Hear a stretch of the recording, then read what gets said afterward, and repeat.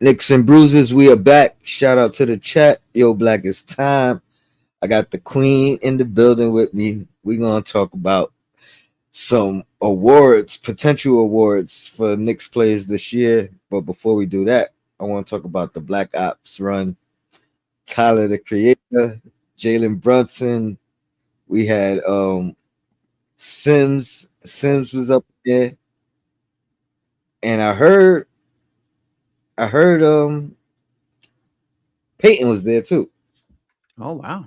So I ain't see Peyton, but that's his name. Am I Campaign. It campaign was Peyton? great. My bad. Nope. Campaign. I'm trying to blank here. I'm like that ain't right. Campaign. But I don't know. Did you guys see the video? Did you see Tyler running I with saw the video with Tyler, but I didn't see all those other. I saw somebody who I thought was Sims. Let me see if I could pull it up. But was it just one video? well, I seen a short that only showed Tyler and his highlights. That might have been what you saw. No, I saw one that was a little longer than that, but it was going so fast I couldn't really identify the But players. okay. I saw a hairdo. I said, that look like Sims." So a Yeah, I little know quickly was in there. I know that jump shot anywhere. wow. But yeah, man, nice to see these guys, a rookie, you know what I mean, running with the pros, Yeah, his shot. getting his reps in. Mm-hmm. Sims had a chance to work out or do off season prep, in years past. So this is the first time he gets some activity in the summer. Any thoughts on it? Any thoughts on what you saw from Tyler? Nothing that I didn't already know. I mean, the shot looked really good. And the vision was good as well. Yeah, yeah, Tyler the Creator. I mean, he out there dropping dimes, getting buckets, running against Brunson as well. So got to try to hone some of them defensive skills that he's gonna need to get playing time. But one of the main things that surprised me, or not surprised me, but opened my eyes, it just made me wonder, is there any validity to him being the backup? You know what I mean? Now, granted, this is not a pro thing, but it's pros playing. Well, what's your guys' thoughts on that? Listen, Tyler to me is already in play to potentially get some backup minutes. Maybe not game 1, maybe not game 10, right? Tibbs got his circle of trust with guys that have already proven it. Cam's got NBA experience. Deuce has already been here and been valuable in the playoffs. So he's going to get the benefit of the doubt. But I just believe that Tyler is the type of player that once he gets on the court, it's going to be extremely hard to keep him off the court. And, like there's just so much value to making players better. And if he can come in and help a guy like OG and Mitch get easy buckets, that's not going to be something to sneeze at, because a guy like Mitch, you need him on the court for his defense. And if you can get him some easy buckets, that's going to say, all right, well, the analytics have shown, when Tyler plays, our plus minus is greater. Mm-hmm. And it's greater because Mitch is in the game. He's playing defense and he's getting a few buckets too. He's helping the offense. So, in ISO, maybe you would necessarily think you would put him in, but once you once you look at everything, I don't know. I love Deuce. You know what I'm saying? I just, no player is greater than the team, though. You know what I mean? And as I've said, beyond nauseum, we got to do something at the center position. And Mitch without injuries to me is okay.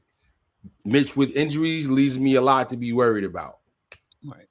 So, if a move has to be made and it has to include Deuce and Tyler is the backup point guard along with Payne, I'm just willing to live with that. I don't want to go too far off where we're supposed to be at, Tone, but Nah, I hear you. but, but based on Tyler's ability, of course he has to get to the NBA. Yeah, he got to prove it on the NBA level, but I'm extremely confident that he will. I'm watching. I didn't see this clip. The clip I saw was with Aaron Gordon and Tyler Kolek, but I'm watching the clip right now. Go ahead. You want to say something? No. Go ahead. Say what you're saying, though. Kolek, one, I like his ability to shoot off the dribble. Take the jab step and pull up and dribble. I like that. But also, he has a lot of strength too. He remind me of Brunson. Like he took Brunson to the cup and basically was able to create space like Brunson does for a layup. But he did it to somebody else who was much bigger than him. I forget who it was. It'll run through again. So he does have that strength when he does get to the basket to create space and finish off the glass. I would feel comfortable with him moving up in the rotation if McBride is not here. I just still feel like McBride has the NBA experience over him. But if McBride has to leave to shore up the center spot, I would still go with Campaign because of his experience, but he would be that much closer. And then I also know that Campaign, this would just be a 1-year thing. That basically it's just a matter of time before Tyler. Part of the future. Correct. Yeah, you read Shutter when you spoke on Mitch and Tyler with Mitch. Kind of a light bulb popped up in my head. Considering, he's a true table setter, obviously a true point guard, and Mitch is probably the guy who needs help to score the most. He's the most. You know what I mean? He's the most dependent on a table setter. Yes, and so that's something that I'm definitely gonna keep an eye out for in the future. I don't know how I didn't even think. I was thinking of him setting up OG, setting up, just setting the table all around. But specifically with Mitch, who, has his times where he goes on Snapchat, saying I did cardio all day. And, you can't blame him because he does run the floor. I do blame him. Get a shot. Get an offensive rebound. Yeah. Listen. You gotta reward the big man. I'm sorry, Tone. Once you say that you can't blame him, two things can be true. I'm not talking about. I'm talking about specifically running the floor and then, maybe being missed. That's what I'm specifically that. No, we're not missing you. We're not throwing it to you. We don't trust you. Two things can be true. Yes, you are doing cardio, and yes, you need to work on your game. Hey, Tyler can feed him the ball where in the spot where all he gotta do is finish, and those are the type of feeds that he needs. But you put a light bulb up in my head. In there with Mitch though. I mean, not. I think at times. I obviously he's starting. Tyler will not be, but Steph, I think that's my point, Steph. Once Tyler does get in the game and he shows that value, they're going to say, wait a minute, we have to reevaluate this. And it's like, how was the team performing best? In ISO, you might want to just say, Deuce has been here, we just need to just put him in. And maybe Deuce is scoring 12 points, 14 points. But maybe Tyler is doing more to table set for other players, specifically Mitch, getting him involved, which now gets him even more involved on defense, keeping his head in the game and not running cardio. Yeah. This is a good stepping stone for him. Also a good stepping stone for Sims, like I mentioned, getting some summer runs in. I'm excited to see him, and I think I'm gonna start with him because we're gonna go over some season awards and potential Knicks players that could be up for these awards. So I'm gonna start with most improved. Mhm. right? And what I'm gonna do, we're gonna go through these categories, and everybody get a vote, or everybody get a pick. You give your player and your reason why you think they could potentially be in the running for these awards. So I'm going with Sims for most improved player. On the So long Knicks, in on the the Knicks, Knicks. I mean, on the Knicks or the entire NBA.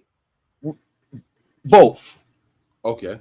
We on the Knicks. It's obviously going to be a long shot for him to get it in the league. He's going to have to do some things, And as we talk about other players, it'll be less of a long shot for the league. But we'll start with the Knicks for the team most improved player. Um, Number one, like I said, first time he's getting to get these workouts in the summer. He's been injured every off season, going into training camp, been injured every year, and never got a chance to really work on his game. This is what, year 3 for him, year 4 For Sims, year 4. since.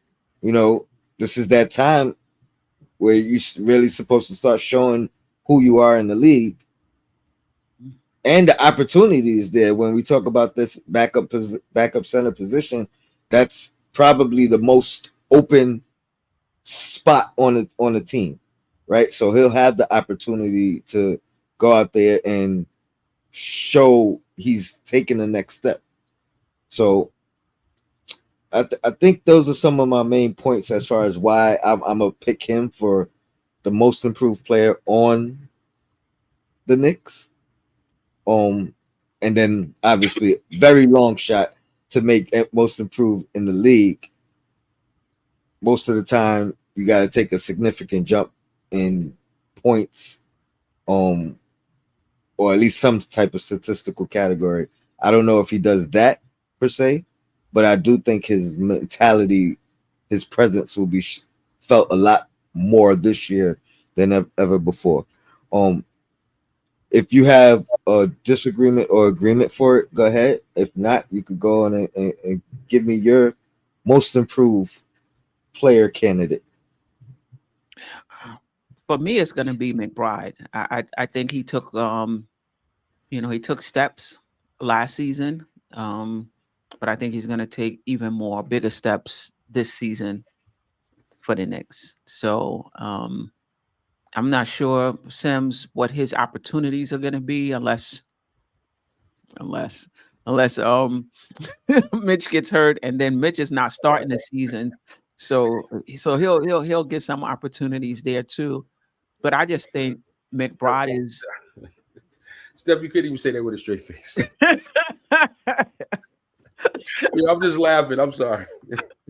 yeah, I'm gonna go with McBride as the as the most improved, particularly if his ball handling um improves. And look, he don't need to be able to like run the team stoutly, but if you can run like a little pick and roll and be able to, you know, hit an option or two, or off the pick and roll, that'll be good. But I'm gonna go with McBride, most improved. I'm going to go with Precious. I think Precious will get the most minutes and opportunity uh, versus what he's had in the past compared to what he can get now. I mean, until Sims, I was thinking OG, but OG's floor is kind of high already. But Precious, I just think that even though he had a couple of games here and there where he was relied on a lot, based on what he's done in his career and what he's done with the Knicks this past season, kind of with very random, play time. He wasn't a consistent part of the rotation. I think this year he has an opportunity to be a consistent part of the rotation at both power forward and center. And he, I think, listen, I'm from the BX. I'm in New York City. I'm coming into training camp. I got a contract I'm playing for. I'm on a 1-year deal. I just think he has a lot of incentive to be working on his game and coming to this season, supremely motivated to overachieve and to reach new heights. So I don't think anyone on this team has a chance to be most improved in the NBA. I think there's just too much parity on this team, really. But definitely Precious for most improved on the Knicks. That's nice. We got three different picks from the panel, and well, I only see nostalgic Nick. He says OG. So yeah. You said parity on the team, and to me, I don't know if this is gonna hinder or help in a sense when we move to six man of the year, right? Mhm. A lot of people have been throwing Dante DiVincenzo up there as a main candidate for six man of the year. I don't even think they're talking about for the team. They talk about in the NBA, and I do think that is a possibility. But then you got Josh Hart coming off that bench, and we've seen what Josh Hart could do as well. These two might be competing for that same award.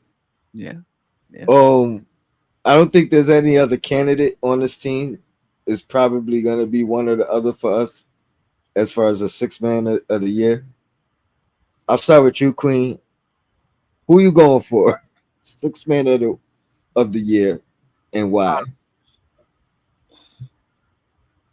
I think I'm gonna go with Dante DiVincenzo. I think he's gonna have the better scoring stats, and I think when it comes to these awards, scoring plays a bigger part in a bigger part in it. Um, he's a starter coming off the bench. He's the best shooter. Well, he's the best shooter with volume coming off. Deuce might be percentage points better. I'm not sure. I have to check that out. But on the volume that Dante DiVincenzo picks up, he's the better 3 point shooter. So he's gonna play more minutes than Deuce. So he'll have that opportunity to score more points, score more threes.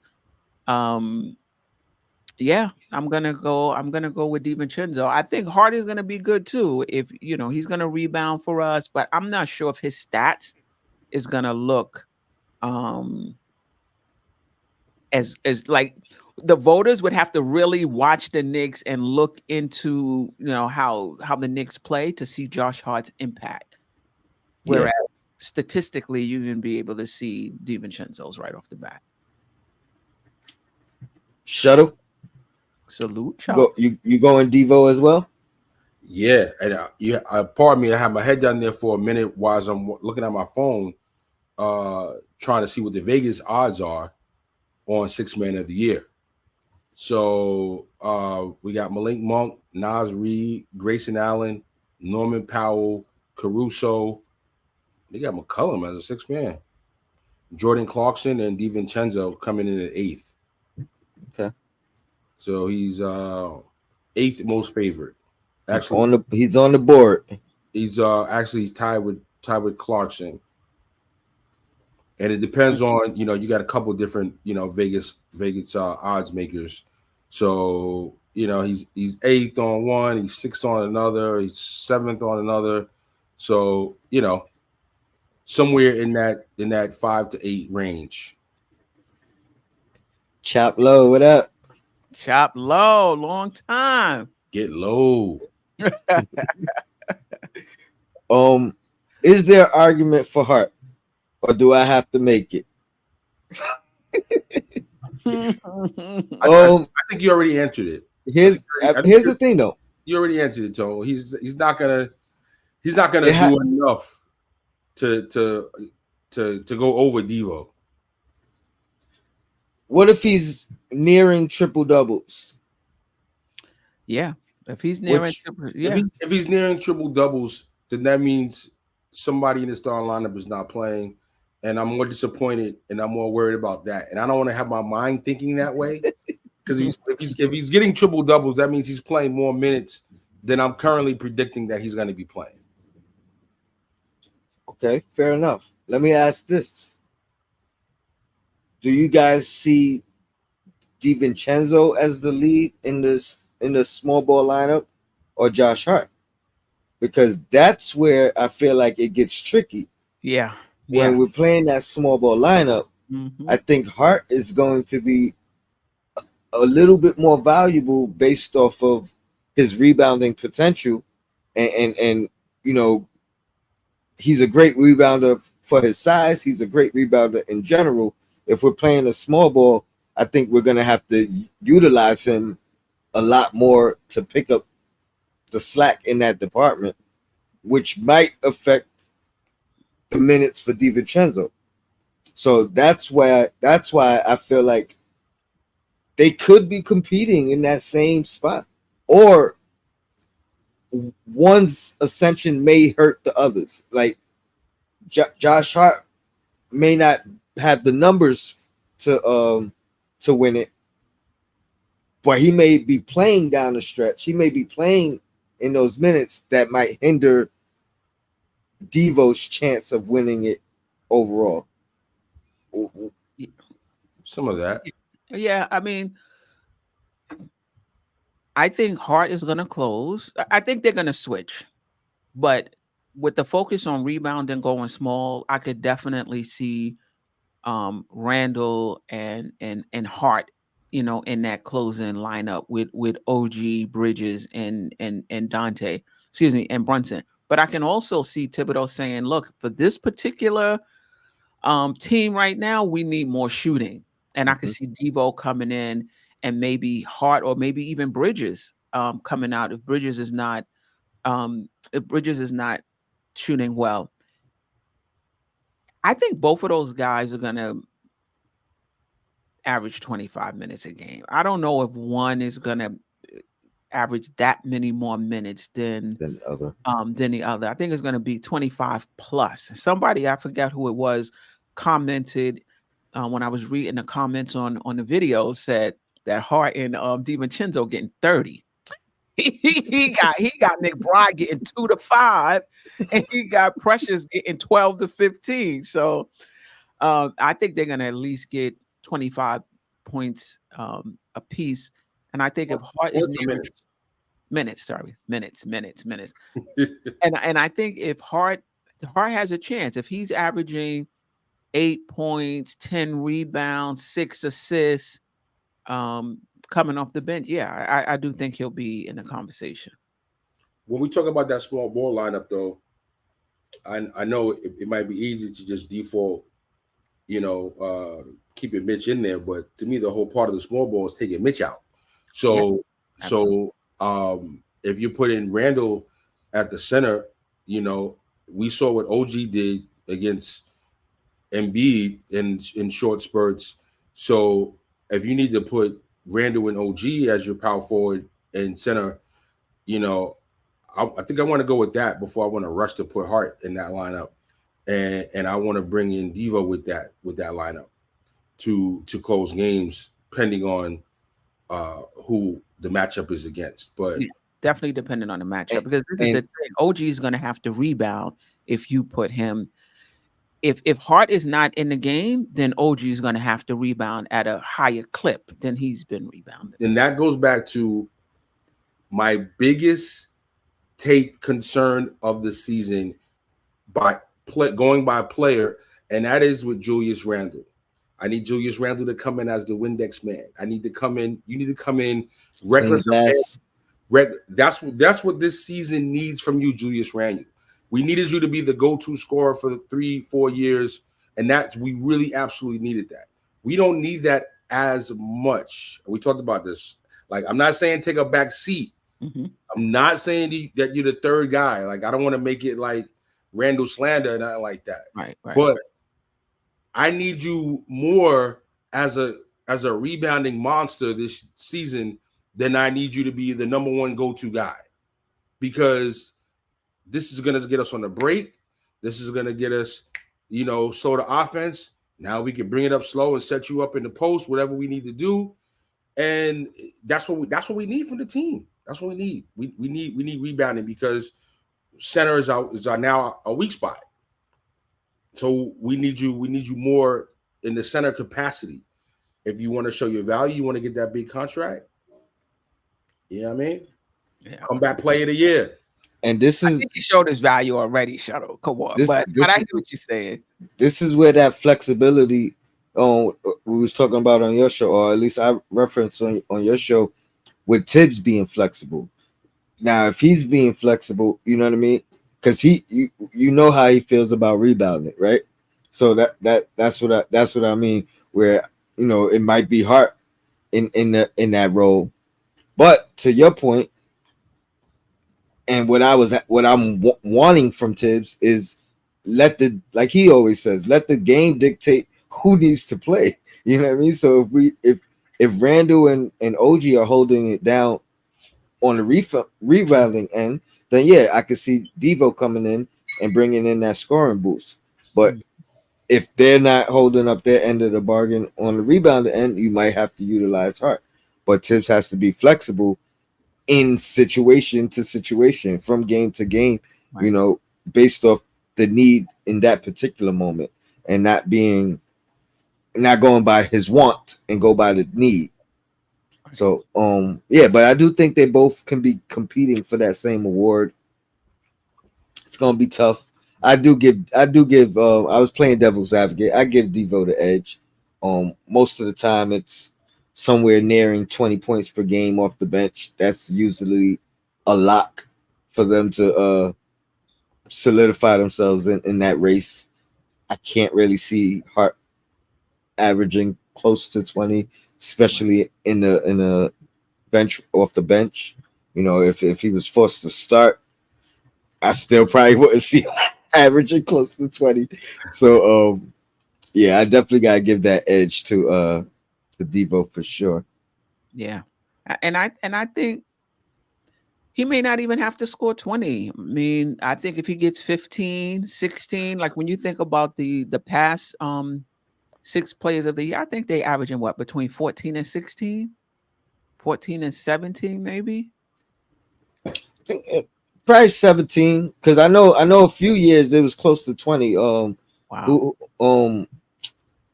the guy who they call him like Lou Williams, he was averaging 20 Yeah, for a I think couple except years in a row. yeah, for sure. I want to say the guy on the Jazz now, Clarkson. Clarkson. I think he was close to 20 off the bench. But yeah, anywhere from that I'll say 17 to 20 range. It kind of gets you a lot. But to your point, I what don't if know. Hart is averaging a double double? You Yeah, know what I mean? yeah. With And something four assists. You know what I mean? That's got to be eye opening. Okay, now just for the record, Tone, last year's Six Man of the Year award winner was Nas Reed. He wasn't averaging 20. Exactly. Well, that's exactly the point. That's exactly the point. All right, might That's the have point. a chance. Averaged 13 and a half points, 5 Double rebounds, double. 81 5. games. Okay, and but he did shoot 41% from 3. Mm. You must come off the bench for more games than you start. And in the prior season, Malcolm Brogdon was player of Six Man of the Year, and again, he only averaged 14.9 points, 4.2 boards, 3.7 assists in 67 games. Mm. I mean, that's giving Josh Hart some more edge. Yeah. It does. In 2022, it was Tyler Hero. He averaged like 16, 17 though, right? I was trying to get it here, trying to get fast on the stats, but I didn't get the number yet. But maybe they don't got to be 20 points. Maybe it's 50, maybe 15 points is the number, but it's not only the points, it's the impact. 15 points with impact. Jay Boogie. Shout out to Jay Boogie. I'm gonna read the question, but let me just preference by saying I've been asking this, to a couple of panel members on a couple of different shows, and I ain't gonna lie, nobody seems to think all 4 of them are gonna be playing on the floor together at the same time often. But the question is, he says, how many minutes do you think the Nova Cats will average on the floor together. Big up to the panel. Shout out to the families. 3 capital S's. Salute, salute, salute. Um, I don't know. I'll let you guys take this question because I want to see it, but that means who's the 5? Like, I think small ball lineup. Yeah, I think if it's on average, no more than 7 to 10 minutes a game. Yeah, that's a lot. This is we're talking about with the team at optimal health, right? Because if OG goes out, then Devo, I would assume, would be slotted in as a starter, and then that obviously changes things. But if OG's healthy and OG's starting and OG's playing, I can't see it being more than 7 to 10 minutes a game. Like Queen said, that's a lot.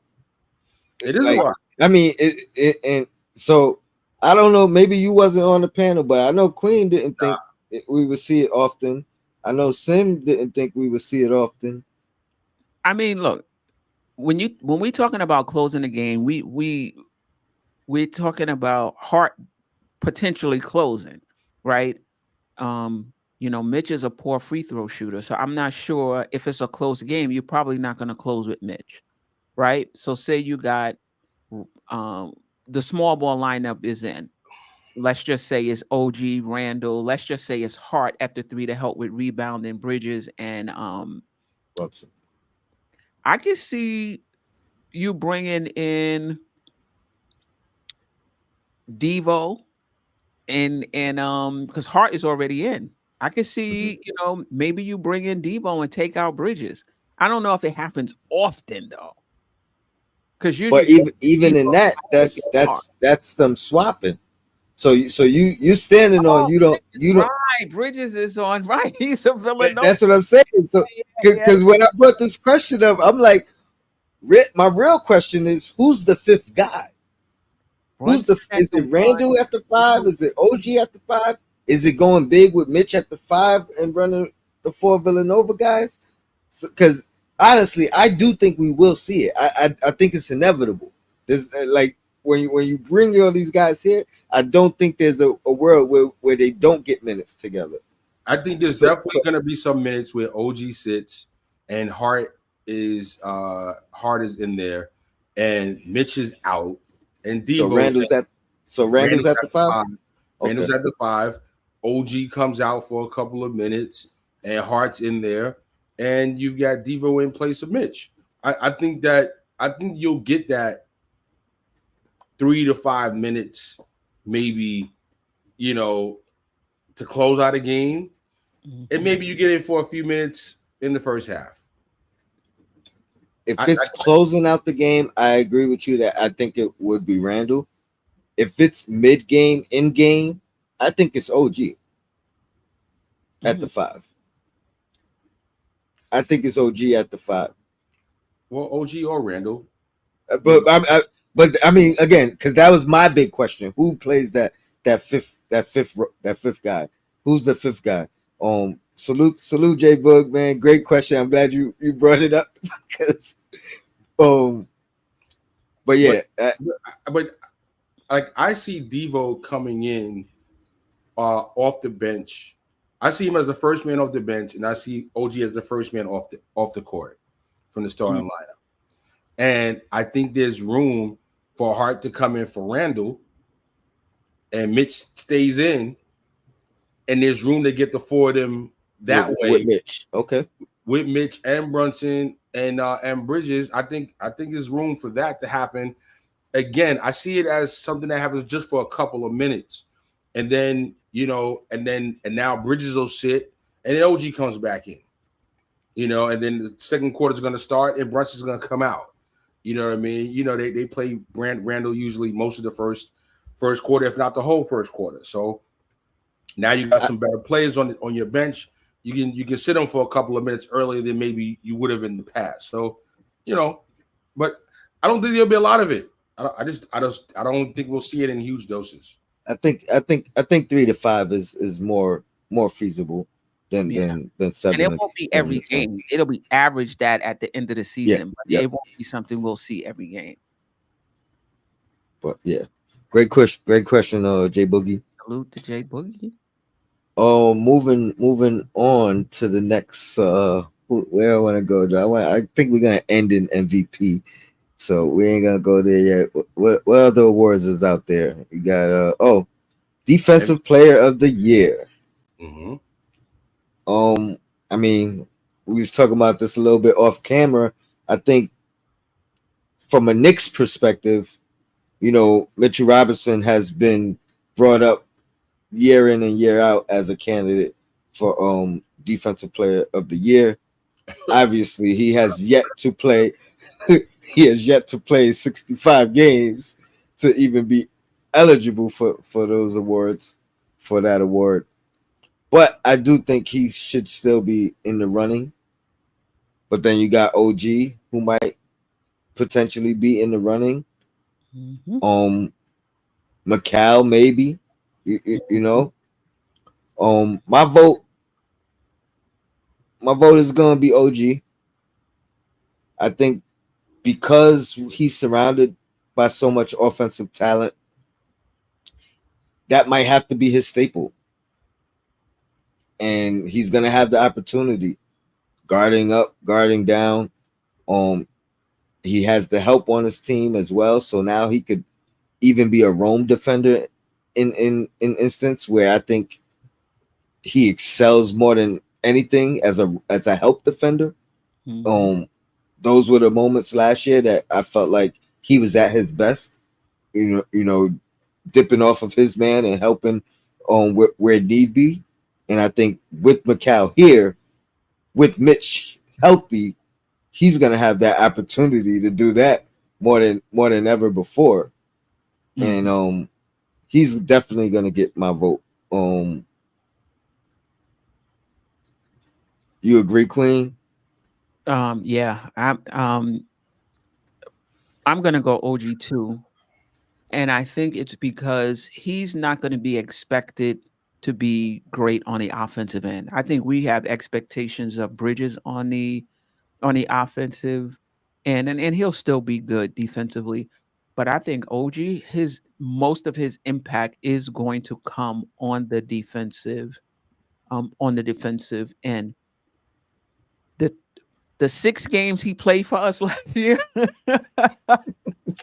his defense was incredible, and it just elevated the team around him. Even when he was off the ball, he seemed to be on the ball. If he was close, if he was close enough. Um, so I like it. I think with Mitch, I don't think Mitch is going to play enough minutes. Probably play like 25, even if he's healthy That's a fact. all season. That's a He hasn't played more than 25, 26 minutes for his career. And I think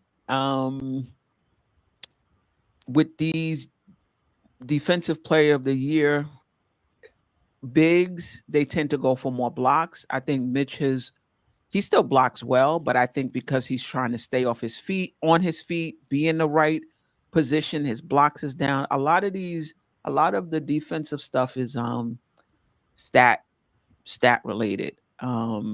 He's not a great defensive rebounder as well. When you look at his total rebounds, I think it might have evened out last season for the first time, but before that, most of his rebounds came on the offense. offensive end, right? So when you think about defensive player, how many rebounds are you getting? How many block shots are you getting? I'm not sure they're looking at pick and roll defense stats. Maybe they are. And if they are looking at the advanced stats, then yeah, Mitchell Robinson is going to be up there. But I'm not sure they're doing that.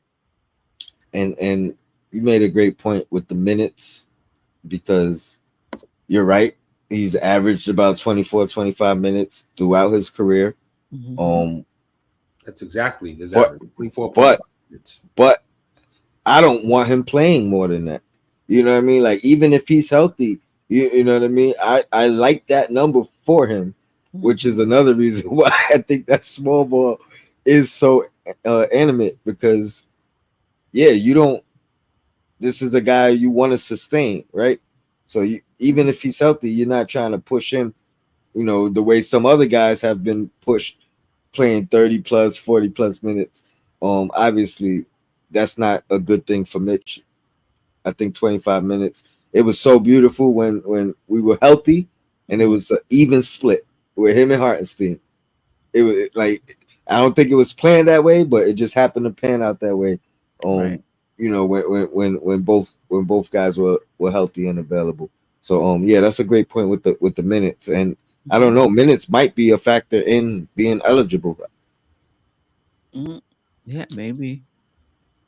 I know total minutes are. I don't know what 25 minutes a game averages out to, but yeah. Shuttle, who you got? OG consensus all across the board. Even though you just said everything you just said, I'm gonna go with Mitch. Okay. Wow. Why? Because I gotta go opposite of everything you just said. The team needs you now. We need you to play more minutes. You don't have to work as hard on defense, making up for the cleanup because you got the wing stoppers. Okay, so now you should be able to get more rebounds on defense. You should be able to better roam to get more shot blocks. And make me a believer. Have your value to the team where the team truly needs you. It should be that the defensive player of the award should be yours. There's not really much else you're doing. This should be your mentality. Like, go get it. So if he wins defensive player of the year, or if he's in the running, like consensus, he's in that top 3, and you gonna leave him alone offensively? You gonna cut him some slack? I'm gonna say what I've been saying, just for the record. I don't care if he scores 8 points a game or even 7 points a game. But you can't to do that, though, you need to get 12, 13, 14 rebounds a game.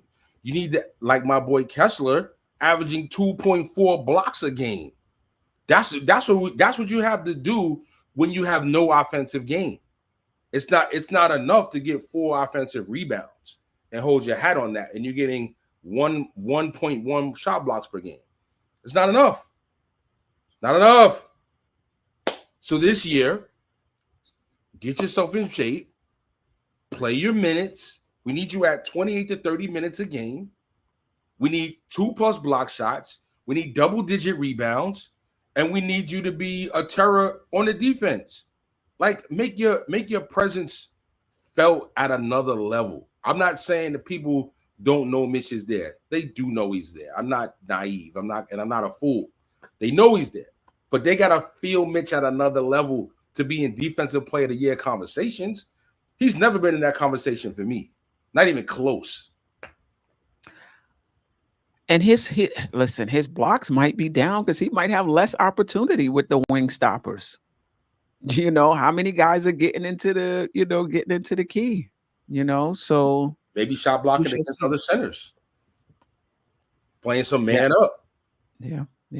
I don't know, man, but Tone, I'm trying to put this in the universe. You understand? I want him to be in this conversation, because if he's in the conversation for defensive player of the year, that's gonna be a great sign for the team. That's a fact. Yeah, that's a fact. 2 more, and then we're gonna get out of here. Short show. First, let me shout out Sherwin, because he's right on. Perfect segue.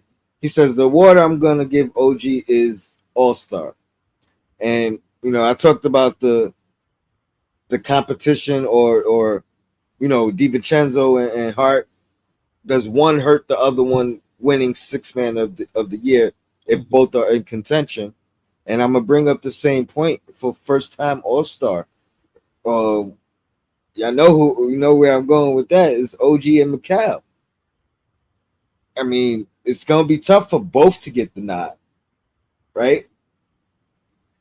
So who we going with? Where the team finish? That's true. That's true. With 3 or 4 All-Stars, that's true. Where the team finish. If we got 3 or 4, we in first place. We in first place for sure to get 3 or 4. And I'm not knocking Randall off the like to me right. he's locked in. Brunson's locked in.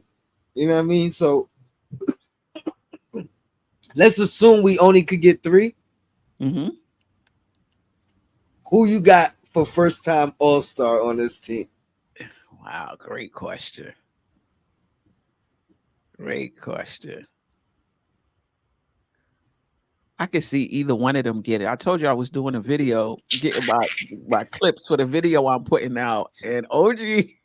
I was looking at it. I'm like, yo, I think we underestimating OG on the offensive end. I'm gonna say Bridges.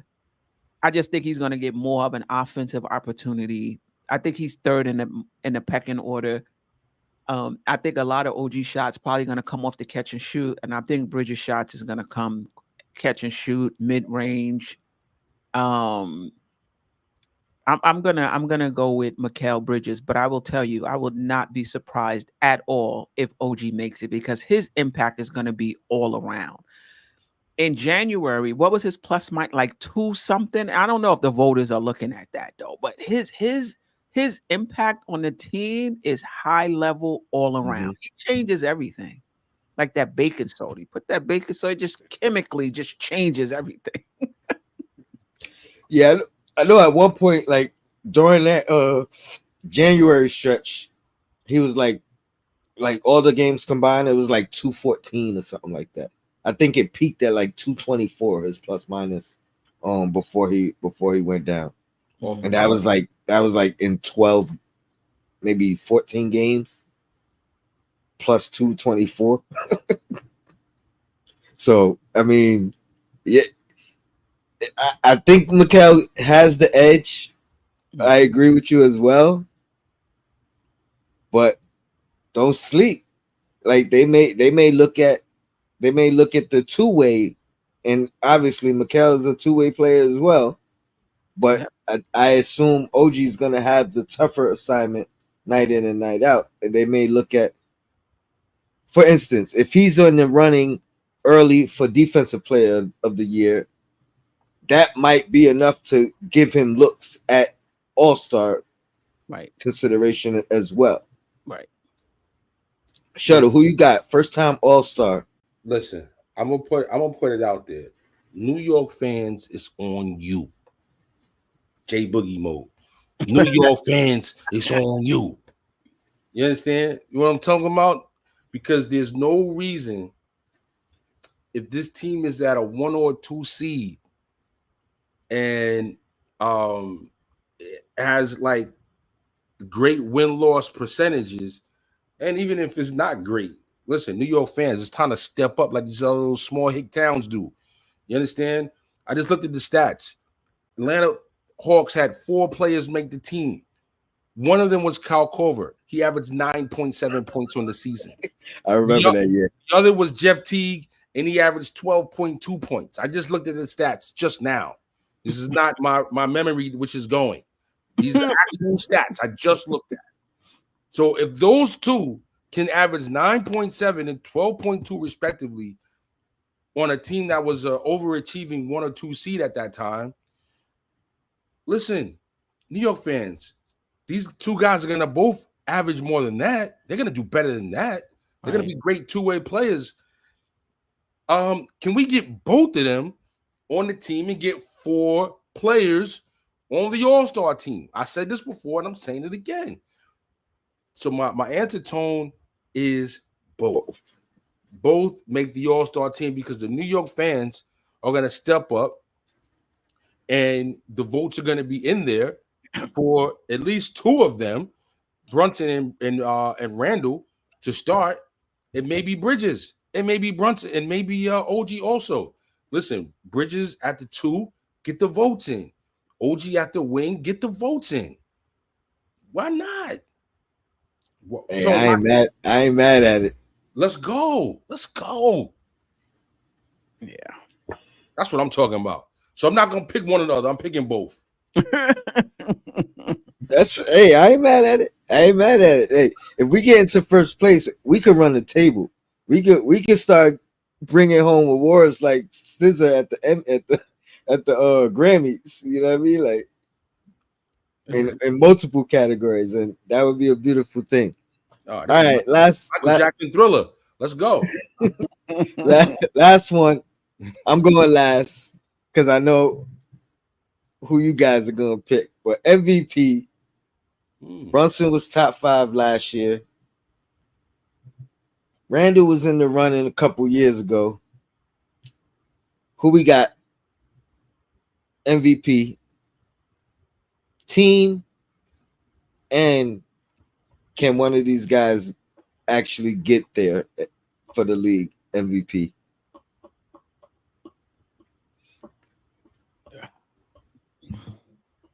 Well, say that again. Like who? It is Brunson. I think Brunson is the only legitimate candidate, and in my opinion, I think I'm not sure Randall is going to get the touches.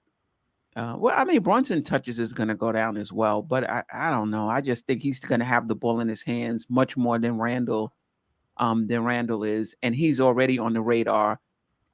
He was 5th last season. If the Knicks finish 1st or 2nd, I would think that he's gonna, it's gonna get better. So I think he has the best chance on the Knicks. And can he win it for the league? It depends. If the Knicks are in 1st place and he's balling out, I think he will have a legitimate opportunity. I do think.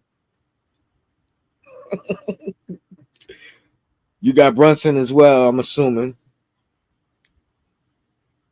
I have Brunson as the team MVP. That's correct. And it's really hard to. It's not often you have a team with this level of quality across the board, 1 through 5 on the starting lineup, and a player wins the MVP on a team like that. You know what I mean? Joker's won it, 3 of the past 4 years. And, while, he's had Jamal Murray, the rest of his lineup is not like all NBA defense, defensive MVP type caliber players, two-way players that, you can run your offense through even without Joker. You know what I mean? So, same thing with Embiid when he won it the year before. He had Harden, but Harden was and Maxey was just a rookie. So Giannis, he won it 2 years in a row. He dominated his team. So I just don't see the team dominance of usage from any player, Randall or Brunson or Bridges. I just don't see anyone dominating the ball enough, getting enough usage compared to past NBA MVPs and what their usage is. So Sherwin's wild. Yeah. So listen, if you go 82-0 though, and you got 4 players averaging between 16 and 22 points a game, there's not a disparity on your play being for Brunson to be in it. I mean, not only would he be having to score the 25 points, but they need to be like 12 assists, like top 5 in steals. You know what I'm saying? Like things that are just not going to really happen. So, he's great with his usage. He's great with, clutch shots. And, he's going to be great for the Knicks.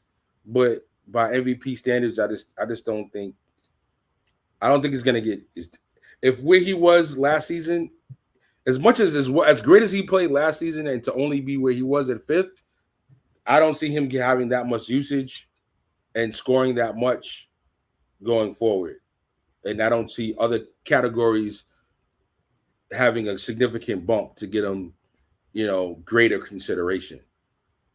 And respectfully, the other guys that are out there, their usage will be higher. There'll be more ball dominant players. They've proven it. Joker, Luka, SGA, Giannis, like these guys dominate the usage on their teams. Like their teams start go and end with them. And it's just not the same case here for Brunson. For the team, I agree, Brunson 100%. But I actually think Randall has a better chance in the league to be MVP. I know it sounds crazy. That don't make no sense. Yes, it does. Brunson's the captain. He's the leader. But let's not forget who Randall is and what Randall does. Randall's been in the MVP talks before. He wasn't top 5. I think he was in the top 10 though. I think it was 7. Yep. In a contract year, which happens to be potentially this year a contract year. Randall also bounces back like no other player that I've ever seen. And this is a bounce back year. You know what I mean? Coming off, he was absent because he was unavailable. He saw the team's success. I'm sure he's just itching to go back and bounce back and prove who he is and what he's done in the past. I talked about Hart averaging a triple-double. I think Randall is more likely to be in that category. He's averaged 5 assists, 4 to 5 assists the past couple of years. I can definitely see his assist numbers going up to 7, maybe 8. 8 might be a stretch, but 7, I can see that for sure. Shuttle, if he goes in and does what you wanted him to do and starts grabbing 14 rebounds instead of 9 to 10, you know what I mean? And then his scoring may drop a little bit. Maybe he drops to 22 points a game. But if those rebounds go up to plus 11 and his assist is 7 or above, and the team is in first place like we've been talking about, I could see him in the running. And so yeah, I'm not gonna discount my guy Randall. Bounce back year. He bounces back like nobody else. You know what I mean? So that's my pick. I know nobody was going for Randall, so I had to make a case for him. And I think it's fair. I don't think I'm being a homer or anything like that. Well, we got to pick somebody from the team, right? So that's okay. But I think it's reasonable. Definitely think it's reasonable. Yep. But yeah, that's it. Great show. I'm looking forward to next week. Yes. Or Dope Soul. I guess about rookie of the year, Tom, huh? Oh, well, I mean, Tyler's gonna be my vote for the Knicks, obviously. Me too. For him to get it, Chris Brinkley, as a matter of fact, individually, he's working out with Chris Brinkley too. Brinkley or Brickley? Brickley, I think it is. Brickley. I was watching some of his workouts. And he looks good. He in that gym. He putting that time in the gym. I tell you what, if there's a year for a guy like Tyler to win it, be in the second round. You cut out. I will say for Cam and Miles McBride, don't slip. Don't slip. Don't get slipped, or you're gonna get Wally Pip. Don't slip, or you're gonna get Wally pipped. It's a weak draft, right? Mm-hmm. It was a weak draft. We've seen some of these high lottery picks, not really performing in summer league, and look like they're gonna be works in progress. Mm-hmm. And one of the things that I think Tyler will have in his favor, this is granted he does see the floor, is a lot of the rookies or the highly touted rookies are playing on weak teams, and I think they're going to struggle. Where Tyler, he really just has to be himself, right? He can make a name for himself, not being like a go-to guy or, you know what I mean, a dominant scorer. He can just be a table setter, hit open shots, you know what I mean? And that could get him notoriety, especially if we're in, again, first place in the runnings as a team, and he's playing, yeah, it's gonna. We in New York, the spotlight will shine on him.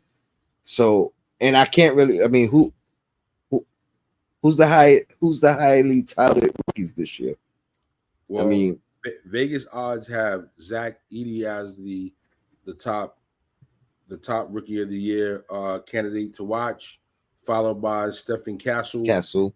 Okay, and a little further down the list, Bronny James. I don't think he's gonna Castle is give him another. time. Mhm. I put Castle in that same point with Tyler though, because he's gonna come in and he doesn't have he could just be himself. They're not looking for him to, you know what I mean? You got Wemby on the team, you got a lead guy, you know what I mean? So playing within his own role could lead to success. So I like Castle in that role as well as a pick. What were you gonna say, Quinn? I just don't think Tyler Kolek is going to get enough minutes to be in the rookie of the year race. Yeah, unless there's a significant injury, unless he's solidifies himself, and even if he's the backup to Brunson, that's a 12 to 15-minute position. He's East Blue Drew said, relax on Kolek. He ain't hasn't played an NBA game. But we talk about rookie of the year. None of the rookies played an NBA game yet. So at this particular point, we can talk about it because we talk about rookies. So none of the rookies played. Yeah. But not. I'm just joking, man. Shout out to the chat. That's funny. We got to relax on talking about the rookie of the year, talking about a rookie. Maybe he came in the middle of the conversation. I don't know. But but as far as rookie of the year on the Knicks, though, I mean, listen, I know we're not talking about him a lot. I know we talked about the weakness at the center position, but I mean, Porty got an opportunity to show his value. I don't know. Maybe he could be the Knicks rookie of the year. I mean, I don't know. He got more people to beat out than Tyler, in my opinion. Even though you may see it differently with Deuce there, with campaign there. I see it way differently because Deuce is already proven on this team is in a circle of trust, and Kim has got busy in the NBA and just got busy against these Knicks in the playoffs that just happened. True. I'm only going off the reports that they see Deuce as a 2, and the reports that Tyler is suited as the backup. So I'm basing it off that. But I will say if they like it, I love it. So I'm with all of that. But things being what they are and what we've seen them to be, Deuce has played the backup point, and we've seen what Sims can do or can't do, and we've seen Precious be valuable and not valuable, play and not play. So there's been enough not playing between the two of them for Huck Porty to come in like a bull and earn it. That's what I'm saying. I agree. Go get it, young man. Go get it, young man. Wow.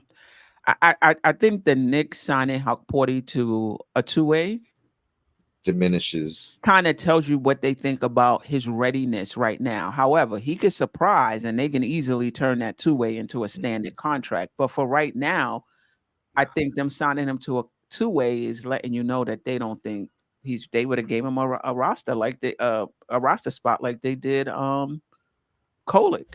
This is just business. Somebody got to get the spot, and they might see Kolek as the long-term placement. Like long-term, he's more solidified. Mm-hmm. Huck Porty maybe is a little bit more of a question mark, but at the end of the day, somebody got to get the 2-way spot, and as long as they got the rights to him, this is good. This is good business. To Queen's point, he could still earn it, right? He can still surprise, open eyes. It's a long shot though. Listen. The Knicks are trying to win a championship. I don't really see the rookies this particular year. Um, Yeah, Steph, East Blue. they still got to learn the NBA. They still got to learn the NBA. No, Game. nobody is gonna East Blue. Nobody's gonna be tight if Tyler don't play. This ain't years past. There's no more play the kids. We know if the kids play now, it's because they players. You know what I mean? They ballers. That's why they're gonna play now. It's no more. I mean, I wasn't one of those play the kids people anyway, but nah, nobody gonna be tight. We just have a conversation to the season start. Any last words? Let's go Knicks. Let's get this season started. I'm gonna miss the entire preseason. I think every single game because I'm gonna be in Jamaica, but I'm gonna come back. I'm gonna be strong. I'm gonna be ready. That was the low key floss. That was the low key floss from that time. Y'all watch the preseason games. I'm gonna be with Stella, get my groove back in Jamaica. Definitely enjoy Jamaica.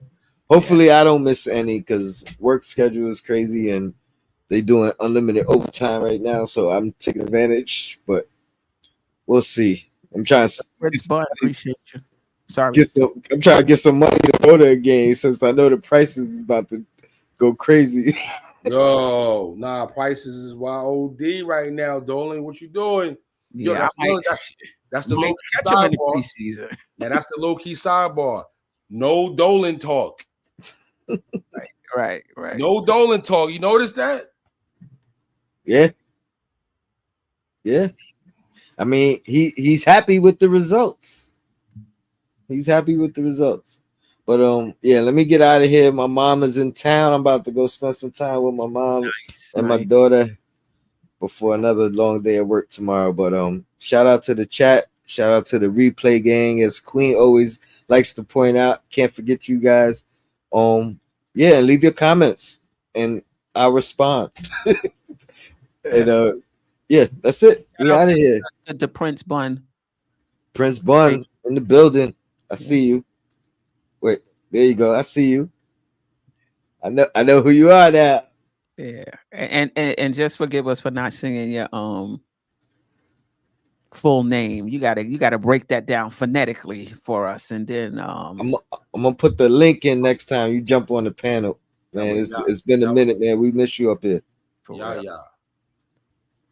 But yeah, we out of here. Shout out to the chat. Yo, Black this time. Till next time.